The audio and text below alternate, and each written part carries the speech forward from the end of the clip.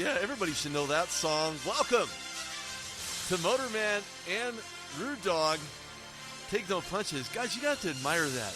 So well done. The orchestration makes me want to put on a conductor hat. But there's only one train we're conducting right now, and that's now. That's now. NFL's now. This is now. And, of course, now will be the game February 2nd, as one would expect to happen, as the Kansas City Chiefs are taking on the San Francisco 49ers in Super Bowl 54. Makes you wonder, how do these teams get to this point? Well, there's a lot of reasons. There's a lot of ways that these teams had gotten here. My prediction was wrong. I picked the Packers. And, of course, to picking the Packers, I picked the next best thing. And Scott Morganroth joins me here, Motorman and RudeDog. And, of course, he's a Motorman. I'm RudeDog. Thanks, Scott, for joining me on the show. I appreciate it. It's my pleasure, Rudy. And you know what? Great minds think alike, GMTA, folks. And that being this, I was looking for a Chiefs-Packers Super Bowl as well. Nothing like another repeat of Super Bowl I, but didn't happen. And as a result, we get the 49ers and the Chiefs. So not a bad matchup, but I know where I preferred. And when you think about the NFL's 100-year anniversary, you think about the fact that the Packers opened up against the Chicago Bears. It would have been a nice capper to see the Packers and with the last game of the year as well. Well, we could always hope. And, of course, my predictions were wrong. And somebody at work had told me, you know what? I think it's going to be a repeat because that's what the NFL wants. It's going to be a repeat of Super Bowl I. Didn't work that way. I watched that game from end to end between the Packers and the 49ers. I didn't see a whole lot that I liked from the Packers, to be quite honest with you. I know they were being shut out in the first half of the game, but more importantly, it was as if when you looked at Aaron Rodgers' face, it was a face of disdain, but there was no emotion there. And I understand that that's not his thing. I understand you have to show limited amounts of emotion because that can crawl into the game and force you to make mistakes that you otherwise would not make and would be uncharacteristic to say so. But unfortunately, the Packers didn't get it done. Devontae Adams had a decent day, but with interceptions, with a lack of gaining ground on third down, trying to go for it on fourth down.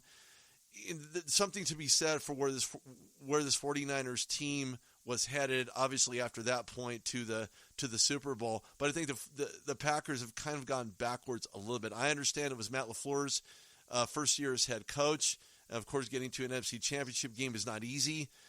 No championship game is going to be easy. It's not going to be set out for you. There's not going to be this yellow brick road, and you have little midgets telling you where to go.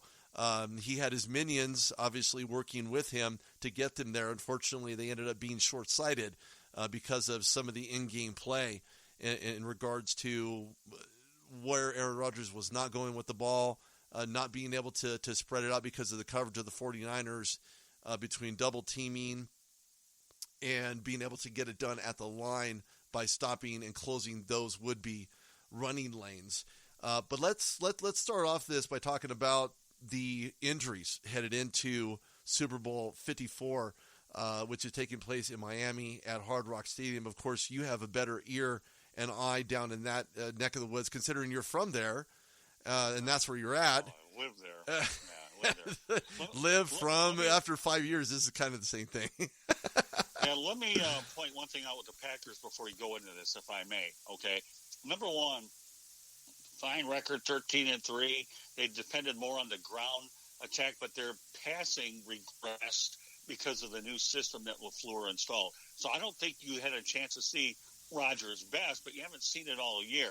He's been up and down compared to many years. It was good that they got to the NFC Championship game, and we know that the 49ers' ground game played a big factor in them coming to Miami. So, it'll be interesting in year number two whether Aaron Rodgers is able to be more efficient with the passing game depending on the wide receivers that they have. But our ground game was good. So I think the game is going to be key to what we're going to see next Sunday. Well, it's going to be interesting to say the very least. And I think that Brett Favre is kind of shaking his head right now thinking, how do you not get involved in this game. Of course, Brett Favre, all emotion. Aaron Rodgers, not so much. So it really makes you wonder what's going to happen and what pieces of the puzzle the Packers will need moving forward. I think a better game plan, especially going into any championship game. And again, you can probably count that and put that up right there, ranking with regular season play. Quarterback play is really important. I just don't know that Aaron Rodgers is the same guy. And of course, you could always have that conversation and say, well, maybe he is or maybe he isn't. But at the end of the day, it's really about Matt LaFleur. It's about the running game. Where's it play action? There wasn't a ton of that. If it wasn't well disguised in order to move the chains to get down the field to score in those obvious red zone opportunities. But I think more importantly, and it's not as if the Packers were plagued with injuries, because they weren't. They did have some, like every team, especially at that point in the season. But for some reason, the game plan just wasn't there. And I think they need to really correct that and really make some coaching changes in regards to offensive coordinator, maybe a quarterback coach, some missing piece of the puzzle to get the right person in position to be that quarterback whisperer and outside of Matt LaFleur, because he doesn't call anything at all. He lets the OC do it. So anyway, back to the upcoming game between the Kansas City Chiefs and the San Francisco 49ers. Just a side note here, unless nobody knows this, it's been 50 years since the Chiefs have been in any Super Bowl appearance. Amazing, to say the very least. But what's not so amazing is looking at Patrick Mahomes play and what he's been able to do all season long. Had it not been for the New England Patriots last year and the Chiefs weren't able to overcome that, they would have went. And I think they would have won. This is a different year. Everybody's talking about, well, is Patrick Mahomes going to throw for 5,000 yards? Is he going to be that guy? And people were thinking, well, maybe he will, maybe he won't. Will that affect his game if he doesn't throw for 5,000 yards and 7 touchdowns per game and so on and so forth? I think you can probably flip the script and have the Aaron Rodgers of last year to say, well, the defense wasn't very good, so now here we are in a situation where I have to throw for 6 or 7 touchdowns. Not the case. Haven't had to bear that type of weight on his shoulders in Patrick Mahomes in order to help them get there. The defense for the Chiefs wasn't quite there, wasn't quite on point in certain segments of the season. They didn't have Dee Ford, which has been an absolute nightmare for most quarterbacks and most tackles. But going back to injuries, there's a lot of things to really look at right now that could very well affect the outcome of this game. Of course, injuries always do. For the 49ers, you have Quan Alexander, who was kind of iffy, but he did start against the Packers with a pectoral problem. Then you have Dee Ford, quadricep, maybe / hamstring, and of course safety Jaquiski Tart, who has been dealing with a rib issue all season long and was limited during practice this week. And of course, Pettis had an illness that has passed, and now he's back for the 49ers. For the Chiefs, a little bit different, because Chris Jones, who was talking all that smack about how that he was able to shut down Henry and the Tennessee Titans and that running game, he did what he said he was going to do, but he didn't do it by himself. So there's that. Chris Jones has been dealing with the calf issue, and Travis Kelce dealing with the illness and a knee problem, both limited in practice. And of course, Jones has been limited all week long. And of course, Kelce missed Wednesday, and then after missing Thursday with the same exact issue. So certainly questions headed into the Super Bowl. But again, we talk about adrenaline. Where do the Chiefs find themselves from an adrenaline standpoint? And I'm not just talking about the players. I'm talking about the franchise who hadn't been there in 50 years. Where does this team end?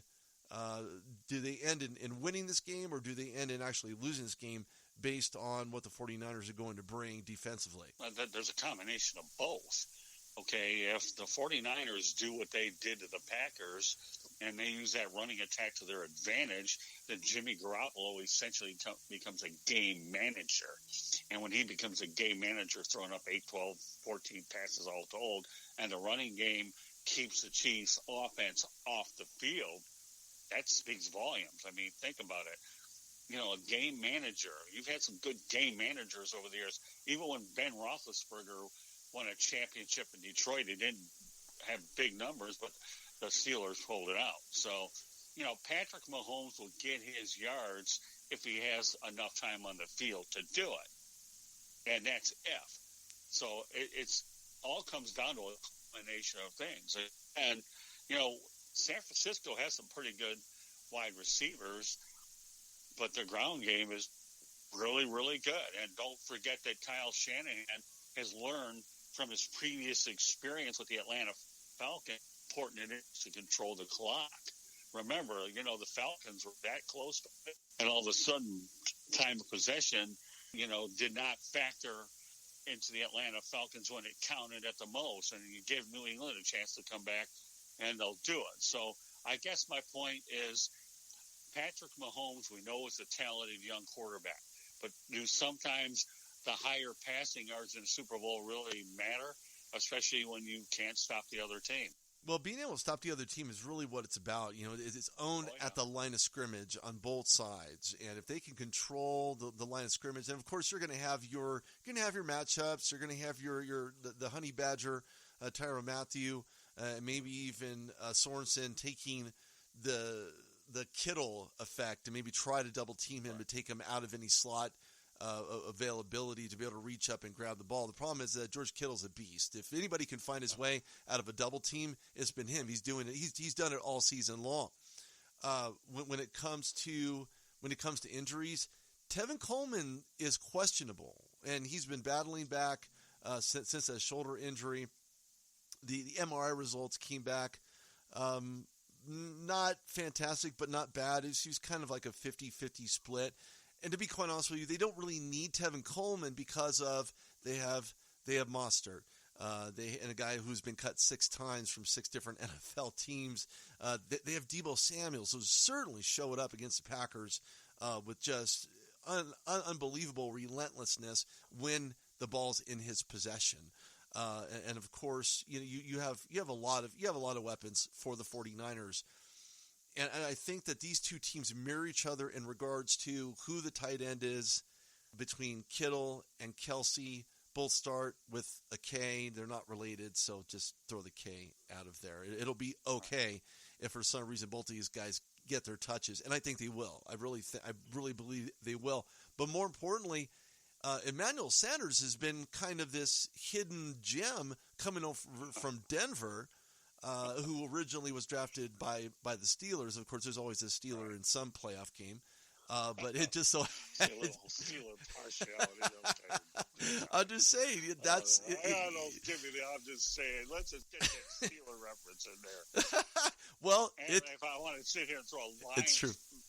Oh, I can say Laken Tomlinson out of Duke. How many Dukies get drafted in the NFL, but the one the Lions did snap up, they couldn't keep him anyways. But Duke's never been known for football. They're always known for basketball with Coach K and getting it done on the hardwood. The reference the references are okay. So Daniel Jones was picked first overall by the Giants, and of course, congratulations to Eli Manning on his retirement. I think he'll stay retired. But as I've said before, and I'll say it again, you're going to have Peyton Manning getting in before his brother Eli. So put that in your head. Let me point out a couple things, too. Don't forget the Terrell Suggs factor. He wanted to go to the Ravens, but got talked into going to the Chiefs. And Steve Spagnuolo, as your defensive coordinator, has only helped. And in addition to the Honey Badger. So Terrell Suggs brings experience to this contest for the Chiefs. Been there, done that, and what better way to get another ring later in your career with a team that hasn't won one in over 50 years. So there's a lot of interesting sidebars, Rudy, that you have to this game. And, with every Super Bowl, for me, I've covered 4, and now I actually consider the one we're going to work together, whether we're working a media day, will be my 5th.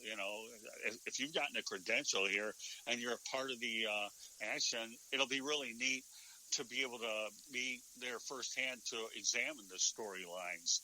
So, because that just makes it more intriguing for whatever we look to get done. But not to get off subject, I'll be curious to see the storylines as the week